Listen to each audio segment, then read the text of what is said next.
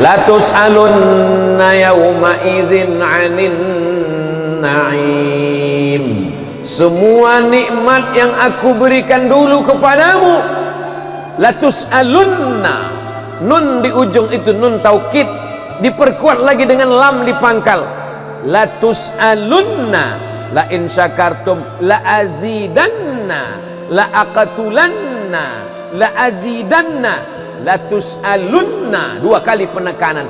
Kamu sungguh pasti akan ditanya di hadapan Allah Subhanahu wa taala.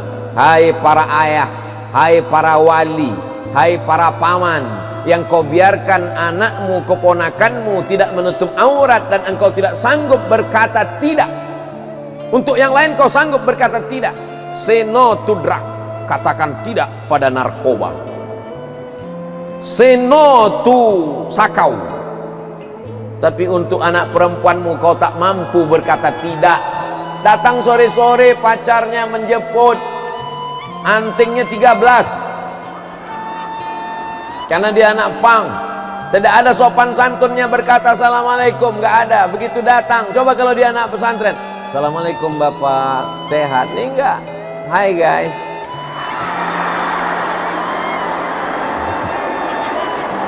Tapi begitu anakmu di pesantren kau selamat. Kebetulan saya jadi dewan juri musabaqah tilawatil Quran. Satu kamar dengan Bapak Dr. Fulan. Nama nggak boleh disebut, menjaga kode etik jurnalistik.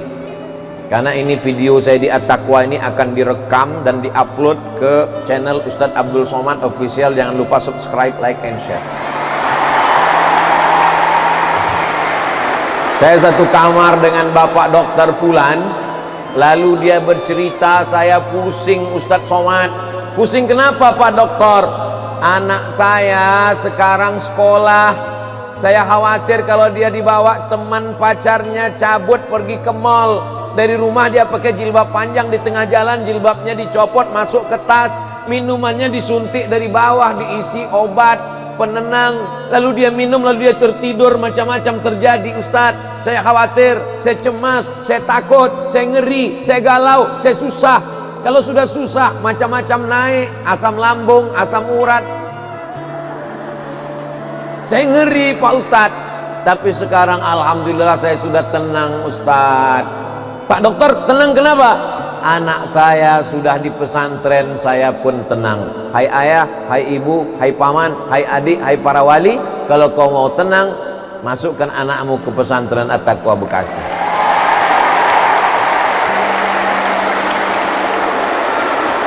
Saya tenang. Kenapa saya tenang? Karena saya nggak punya anak perempuan. Tapi saya punya keponakan perempuan. Saya tenang. Kenapa? Dia di pesantren, aman. Sudah diserahkan ke pesantren. Yang nyari pesantrennya, kita akan diminta tanggung jawab di hadapan Allah Subhanahu wa ta'ala. Jadi anak-anakku, pesan pertama adalah syukuri nikmat Allah. Nikmat terbesar adalah punya orang tua, punya ayah, punya ibu yang peduli. Tanda mereka peduli, mereka masukkan kalian ke pesantren. Banyak sekarang orang tua yang salah kaprah. Dia sangka dengan sayang pada anak, dibuatkan kamar besar sebesar lapangan sepak bola, disediakan TV yang besar. Sayang kepada anak, menurut pikiran dia, kasih kamar yang besar, sediakan TV yang besar, belikan gadget handphone yang mahal. Ini harganya berapa handphone ini? Ya kalau ngelihat penampilan kamu nggak sanggup beli lah, pasti ngutang. Sayang kepada anak bukan kau berikan kamar yang besar, bukan kau belikan TV yang besar, bukan kau belikan gadget yang mahal. Kalau kau sayang kepada anakmu, kau tinggalkan di ke pondok pesantren, maka dengan itu dia terpelihara dan terjaga. Betul apa betul? Ini mindsetnya mesti diluruskan. Main otak, set artinya settingan, susunan otaknya mesti diluruskan. Orang tuanya mesti diluruskan, anaknya juga.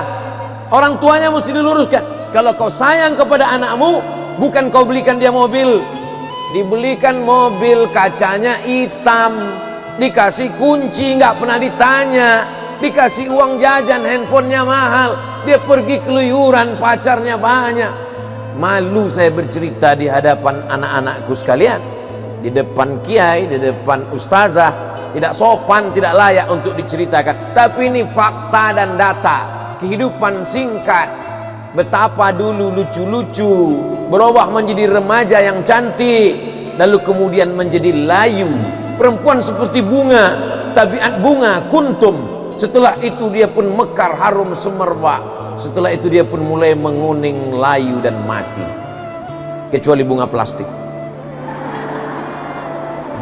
Maka anak-anakku yang sekarang ini adalah kuntum yang siap mekar. Setelah itu dia pun akan harum semerbak. Tamat kalian dari pesantren At-Taqwa Bekasi, insya Allah kalian sudah menjadi pokok yang kuat. Kalian bisa sekolah, dapat beasiswa dari McGill Kanada. Kalian bisa dapat beasiswa dari Sorbonne Paris Prancis. Kalian dapat beasiswa dari Harvard University. Kalian bisa dapat beasiswa dari ANU. Gak ada yang mengaminkan ANU.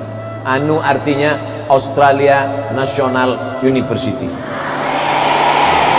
Itu hebatnya anak At-Taqwa. Dia kalau nggak tahu dia nggak aminkan. Sudah jelas baru dia bilang amin. Kau sekolah di Australia, kau sekolah di Prancis, kau sekolah di Kanada, tapi hatimu tetap la ilaha illallah Muhammadur Rasulullah. Di sini kalian belajar bahasa Inggris, TOEFL-nya mesti skor 550. TOEFL, Test of English Foreign Language. Kalau kurang lancar, banyak-banyak makan keju. Insya Allah, saking hebatnya orang Inggris pun tak paham. Maka sekarang banyak anak-anak perempuan di luar sana, gayanya gaya bule, namanya buceri, bule cat sendiri, rambut pirang, lipstik tebal, bibir disuntik, pakaian orang bule, tapi bahasa Inggrisnya don, hanya sekedar casingnya saja. Sedangkan anak-anakku tidak, casingnya pakai muslimah, berhijab, berperadaban. Hari ini orang mengatakan berperadaban itu kalau membuka aurat. Semakin terbuka semakin berperadaban. Banggalah seorang perempuan, saya orang Amerika, orang Eropa, menurut kami semakin terbuka semakin berperadaban. Datang seorang muslimah sarjana dari Yaman, dia jawab dengan tersenyum, kalau semakin terbuka semakin berperadaban, maka monyetlah yang paling berperadaban.